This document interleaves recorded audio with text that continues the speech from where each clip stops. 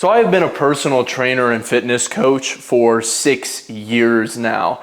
I was doing it in person for about 1.5 to 2 years before I switched to doing it fully online, and now I work from my computer and from my laptop. But there's a reason why 80 to 90% of personal trainers and fitness coaches don't even make it past the first year.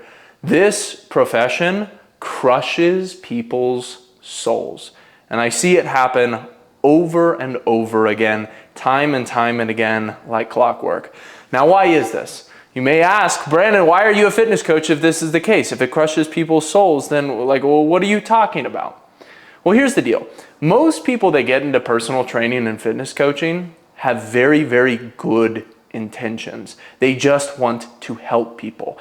And oftentimes, they have discovered something that the majority of people do not understand.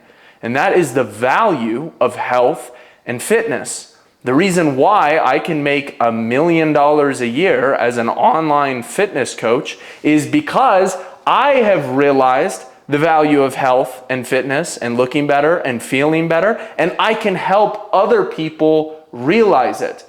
And personal trainers and fitness coaches, they jump into it, but we live in a society that idolizes food, that makes excuses, and they can stare death in the face and still decide not to take their health and fitness seriously. Just think about it. On a regular basis, people are having heart attacks. People are unable to even play with their children because they're so incredibly overweight. They're so obese. And they are on this path that is completely unsustainable. They are probably going to die early, and yet they continue to live a life full of habits that are dragging them to an early grave and poisoning their ability to enjoy the present moment, help other people, and help themselves. And once you realize this, it's really, really dark, because as a fitness coach, you're getting into it just to help people. That's genuinely why I got into it, is because I was like, I want to change people's lives. And if this is your true intention, there's a lot of people that get into personal training and fitness coaching because they're like, oh, I want to make money. Those people tend to phase out very, very quickly because they're always jumping from one thing to the next. Like the grass is always greener with those people, all right? Those people are gone. They're going to be in one day and then they're going to be out the other. But the people that actually get into it because they want to help other people, have their souls crushed because they realize that they have to put so much work and effort into honing their skill set to get other people to appreciate something that those people already have, or something that those people take for granted. And it is exhausting. Day in and day out, you have to maintain this view of other people that is like, I want to help these people, I want to help these people, I want to help these people, even though they themselves don't even want to help themselves. So you have to have this energy all of the time, and it gets exhausting. It's why so many personal trainers burn out. They get so tired of it because they're like, dude, I can't maintain this intense level of energy for all my clients throughout the day and then like the content that I post. And you have to be so good at so many different things, it's overwhelming. While at the same time, the people that often get into personal training with the North Star of I want to help people, they aren't business people. They don't understand how cutthroat business actually is and how difficult it is to run a business and deal with customers on a daily basis. You know, I'll open up to you guys and I'll tell you that this morning I was not happy. I woke up to a $3,000 chargeback from one of my clients. I've been coaching him for 5 months and I poured my everything into this guy. He was not a client that like ghosted me and didn't take advantage of the program. He used every single bit of the program, every single bit. And I worked so closely with him over the span of 5 months, and he was supposed to pay me again at the end of our time working together. But instead, he decided to completely avoid all my calls, avoid all my texts, ghost me, and hit me with a chargeback. Even though I've already been working with him forever, and even though he's told me to my face, Brandon, you've helped me so much. Like, you've changed my life. You genuinely have changed my mindset. You've changed my physical body. I have so much more confidence. You've helped me out so much with my health. This guy saw incredible results, and I poured my all into him just for him to betray me like that. And thankfully, that's not something that happens very, very often. In fact, it's very irregular because I do get really, really great results with my clients. It's funny that even the chargeback that I got, this person was a walking testimonial for me at first. And I don't really know if something terrible went on in his life or why he ultimately decided to do it. And I'm going to submit a dispute, obviously, to try to get that money back. But at the same time, when you experience the difficulties of business and you're somebody who got into it just to help people, it crushes your soul. It really does. You have to start to become a little bit more calloused and more like serious dealing with people. Like, you can't let people give you shit when you run a business.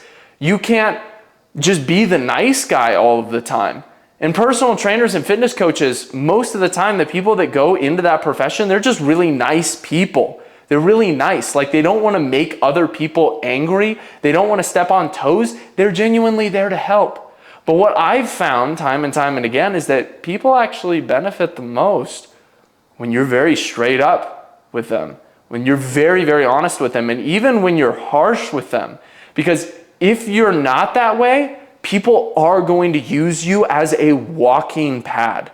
And most people never make it past this original phase because they get hit with a couple chargebacks. You know, even being an in-person trainer, I know plenty of in-person trainers where they've had people welch on contracts, things along those lines, or like their client becomes incredibly upset with something that they're like posted on social media or something like that. All of these crazy scenarios that have happened to the fitness coaches that I work with inside of Empire Blueprint, it really tends to throw you off your game.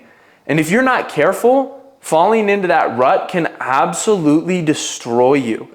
And so you have to guard yourself. You have to make sure that you are building up that tolerance and making sure that with every single person you are approaching them like a client and not just like a friend.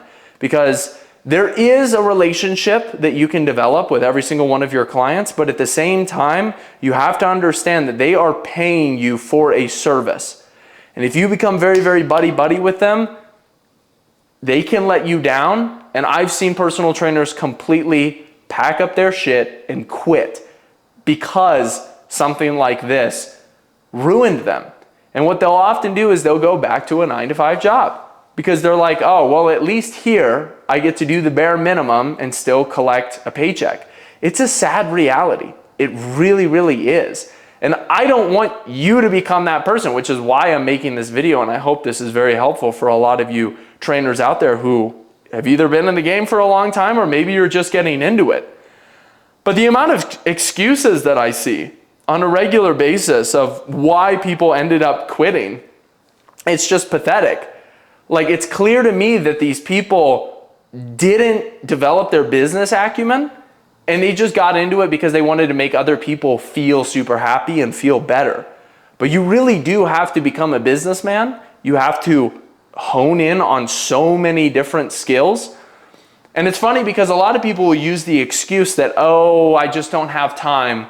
You know, I work a 9-to-5 job, or I have 2 kids.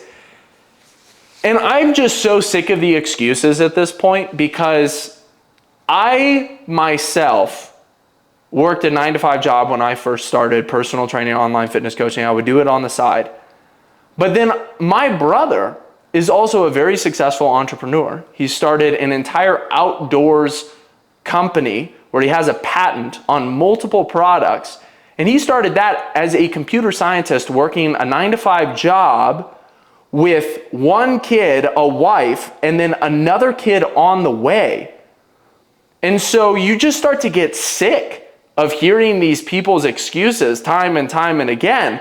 The personal trainers who were supposed to deal with their clients' excuses become the very people that start making the excuses in the long run, because they just get tired and they're like, dude, I'm working time, like all of the time. I'm putting my effort in, I'm putting my reps in. Nothing seems to be working, Brandon. And they just get down.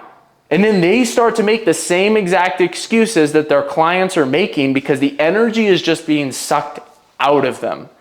And so you have to keep high spirits. You have to be very, very resilient if you actually want to make it in this business. And that's why so few people end up actually making it. It's because that resilience and that grit is non-existent.